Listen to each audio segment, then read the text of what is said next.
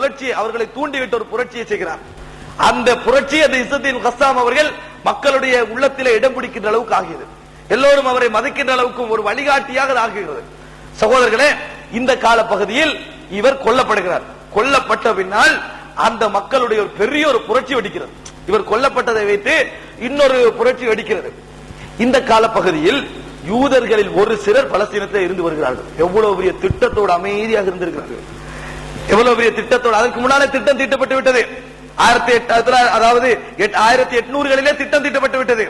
அமைதியாக யூதர்கள் இருக்கிறார்கள். சிலர், ஒரு சிலர் மிகவும் குறைந்த சதவீதத்தோடு இருக்கிறார்கள். அந்த நேரத்தில் இவர்கள் என்ன செய்கிறார்கள்? இந்த யூதர்கள் காணி வாங்குகிறார்கள். எப்படி? பணம் கொடுத்து, கூடுதலான பணம் கொடுத்து காணி வாங்குவது. காணி வாங்குவது எவ்வளவு ஆபத்து பார்த்தீர்களா? காணி வாங்குவது. அந்த நேரத்தில் இவர்கள் காணி வாங்கி வருகின்ற இந்த திட்டம், இந்த பிரிட்டிஷுடைய பிரான்சுடைய காலனித்துவத்தின் உதவி இவர்களுக்கு இருக்கிறது என்பதும் அந்த உலமாக்கள் கண்டுகொள்கிறார்கள்.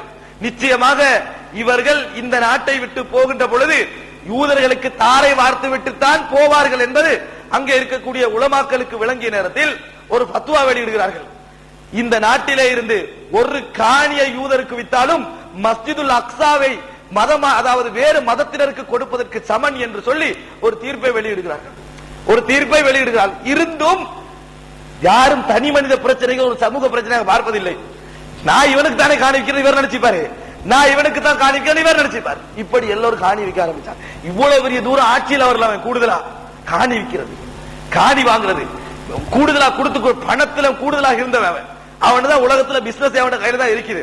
இதை வச்சு அது மாத்திரமல்ல, ரஷ்யா, அமெரிக்கா இதனுடைய உதவி, பிரிட்டிஷுடைய உதவி, ஐரோப்பிய நாடுகளுடைய உதவி, இந்த உதவிகள் ஐரோப்பிய நாடுக்கு யூதரை வளர்க்கணும் என்ன எண்ணமும் இல்லை, இவனை அழிக்கணும். ஆனால் மத்திய கிழக்கு போன்ற அதையும் அண்மித்த பகுதிகளிலும் இதை உருவாக்கி விட்டா நம்மளுக்கு எல்லாம் லேசு, அவனுக்கு எல்லாம் லேசு. அதனால யூதர்களை தூண்ட ஆரம்பிக்கிறார்கள். சகோதரர்களை, யூதர்களும் அந்த தூண்டுதல் தேவை. யூதர்களுக்கு இவன்கள் தன்னை எப்படியா பயன்படுத்தி அந்த பயன்படுத்தல செஞ்சு கொஞ்சம் கொஞ்சமா வளர ஆரம்பிக்கிறார். கடைசியில பெரும் பகுதியில அடித்தும் விரட்டியும், தனிப்பட்ட ரீதி அடித்தும் விரட்டியும் பிடித்து 1948களில் பெரும் பகுதி இவ்வளவு நடந்த பாருங்க, பெரும் பகுதி இஸ்ரவேலாக அறிவிக்கப்படுகிறது. உத்தியோகபூர்வமாக அந்த நாள் தான் மக்கள் சரியா உணர்றாங்க. அதுக்கு முன்னாடி சும்மா இருந்தாங்க. சின்ன சின்ன யுத்தங்கள், பெரிய புத்தகங்களே இல்ல, சின்ன சின்ன வெடிப்புகள், சின்ன சின்ன போராட்டங்கள் இப்படித்தான் இருந்துச்சு. இப்பொழுது இன்திபாதா புரட்சி போன்ற ஒரு ஒருமுகப்படுத்தப்பட்ட எதுவும் இருக்கல. சகோதரர்களே, இந்த காலப்பகுதியில் தான் ஒரு புரட்சி எனது கடுமையாக வெடிக்க ஆரம்பிக்கிறது. இந்த நேரத்தில் ஒன்றையும் சொல்லிக் கொள்ள வேண்டும். கொள்கையில் அவர்கள் எப்படி இருக்கிறார்களோ இல்லையோ, அந்த நேரத்தில் ஹசன் அல் பன்னாவுடைய, அதாவது இஹ்வான் முஸ்லிமீன் ஈஜிப்ட்ல இருந்து அவர்களுடைய, அதாவது சில தூண்டுதல் பேரில் இஹ்வான் முஸ்லிம்களுடைய நிறைய பேர் பலஸ்தீனில் போராடினார்கள். இஹ்வானிகள் நிறைய பேர் பலஸ்தீனில் என்ன செய்தார்கள்? இதற்காக போராடினார்கள். நிறைய பேர் ஷஹீதானார்கள். இன்னும் சொல்வதென்றால் அவர்கள் தான் ஆரம்பத்திலே அந்த இடத்திலே போராட்டத்திற்கு வித்திட்டவர்கள் என்று கூட சொல்லலாம். அந்த அளவுக்கு இங்கே இருந்து போய் போராடின ஈஜிப்ட் பக்கத்தில் இருப்பதனால். சகோதரர்களே, இந்த நேரத்திலே இப்படியே வளர்ந்து வந்த 1948களில் தான் இதை புரிந்து கொள்கிறார்கள். ஹமாசுடைய மிகப்பெரிய வளர்ச்சியும் அதற்கு பின்னால் தான், ஹமாசுடைய மிகப்பெரிய வளர்ச்சியும் அதற்கு பின்னால் தான் நிகழ்கிறது என்பதை நாங்கள் புரிந்து கொள்ள வேண்டும். அதற்கு அடுத்ததாக சகோதரர்களே, இப்படியே போகிற நேரத்தில் குறிப்பிட்ட சில பகுதிகள் தான் எஞ்சி இருக்கிறது.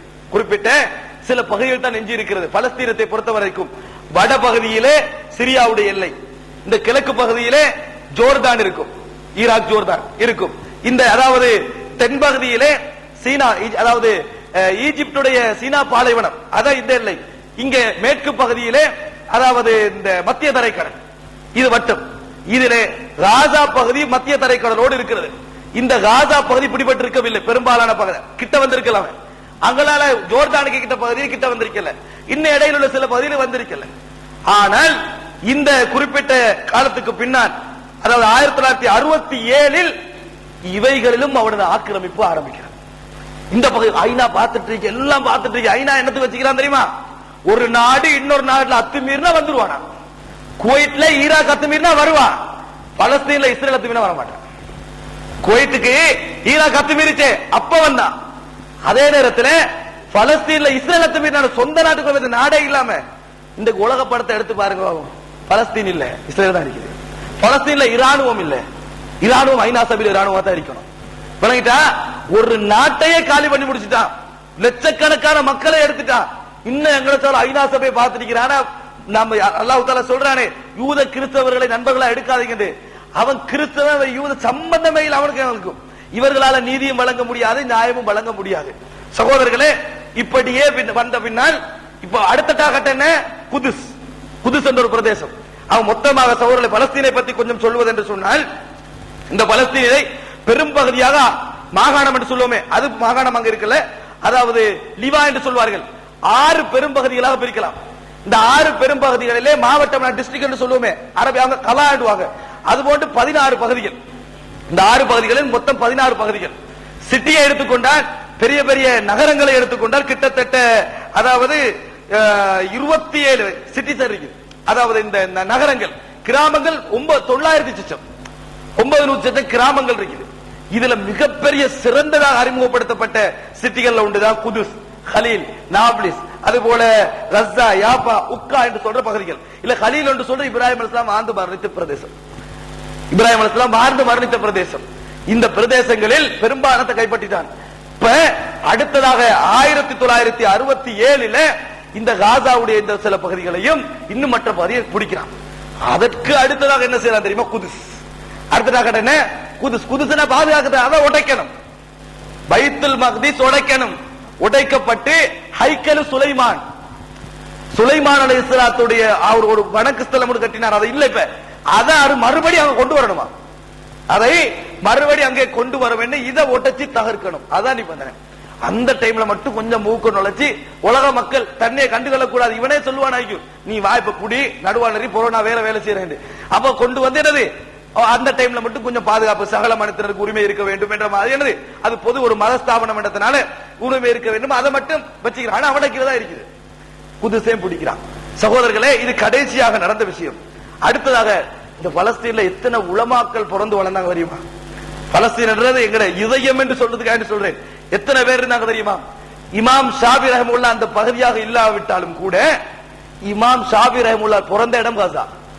இப்ப காசாய்க்கு தானே அங்கதான் பிறந்தாரு. இமாம் ஷாபி ரஹ்மத்துல்லாஹ் அவர்கள் பிறந்த இடம்.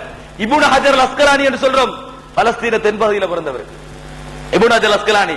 அது போன்று இன்னும் நிறைய, அப்துல் கனி அல் மக்திசி, இப்னு குதாமா அல் மக்திசி. அப்துல் கனி அல் மக்திசி இன்றைக்கு நாங்க புகாரி, முஸ்லிம், திருமிதி, நசாய், இப்னு மாஜா, அபூ தாவூத்ல லைவ் செய்யலாம் பாக்குறோம்னு சொன்னா, அது மெயினான புக் அல் கமால் ஃபி அஸ்மாஇ ரிஜாலோட புக் தான். அதை எழுதினவர் அந்த பிரதேசம் தான். அது மாத்திரமல்ல சகோதரர்களே, அலாவுத்தீன் அல் முராதி, ஹுசைன் அர் ரமலி, அதே போன்று மூசா இப்னு நுசைர், இது போன்ற சஃபாரினி, பெரிய பெரிய பெரிய அறிஞர்கள் எல்லாம் வாழ்ந்து மரணித்த ஒரு பிரதேசம் தான் இந்த பலஸ்தீன் பிரதேசம். இதுலதான் அவன் என்னது, அவன் இந்த விமானங்களும் அவனுடைய குண்டு தாக்குதல்களும் அங்க போய்கொண்டிருக்கிறது. எத்தனையோ பெருமதி மிக்க, அதான் ஏற்கனவே ஈராக்ல அழித்தொழிச்சான். இப்ப அடுத்ததாக எத்தனையோ பெருமதி மிக்க ஏடுகள்லாம் களவடப்பட்டு வருது. முஸ்லிம்களுடைய உயிர் என்றது அவன் உயிரே அவனுக்கு கணக்கில்லாத பொழுது, முஸ்லிம்களுடைய உயிர் என்பது மதிக்கத்தகாத ஒரு உயிர் போன்று அங்கே மாறி வருவதை பார்க்கிறோம். சகோதரர்களே, இந்த நேரத்தில் இந்த பலஸ்தீனுடைய சிறப்புகள் சம்பந்தமாக அங்கே நடக்கின்ற நிகழ்வுகள் நீங்கள் நிறைய அறிந்திருப்பீர்கள். ஆனால் பலஸ்தீனுடைய பின்னணி எங்கள் உள்ளத்தில் இருக்க வேண்டும் என்பதற்காக சொல்கிறேன். சிறப்புகள் சம்பந்தமாக ரசூல் அல்லாஹ் தஆலா ரசூல் ஸல்லல்லாஹு அலைஹி வஸல்லம் என்ன சொன்னார்கள்? மிக பரக்கத்து செய்யப்பட்ட பூமி என்று குர்ஆன் எங்களுக்கு ஒரு இடத்தை சொல்கிறது என்றால் அந்த இடம் தான். அல்லாஹ் தஆலா சொல்கிறான், சுப்ஹானல்லதி அஸ்ரா பி அப்திஹி லைல மினல் மஸ்ஜிதில் ஹராமி இலல் மஸ்ஜிதில் அக்ஸா அல்லதி பாரக்னா ஹவுலஹு. மக்கா பள்ளியிலிருந்து, ஹரத்திலிருந்து மஸ்ஜிதுல் அக்ஸாவுக்கு எடுத்து தனது நபியை எடுத்து சென்ற அல்லாஹ்வுக்கு எல்லா புகழும். அந்த மஸ்ஜிதுல் அக்ஸாவுக்கு சூழ அல்லாஹ் பரக்கத்து செய்திருக்கிறான். மஸ்ஜிதுல் அக்ஸாவும் அதை சூழ்ந்த பகுதிகளுக்கும் அல்லாஹ் பரக்கத்து செய்திருக்கிறான் என்று சொல்லி அல்லாஹ் தஆலா குர்ஆனிலே சொல்லி காட்டுகிறான்.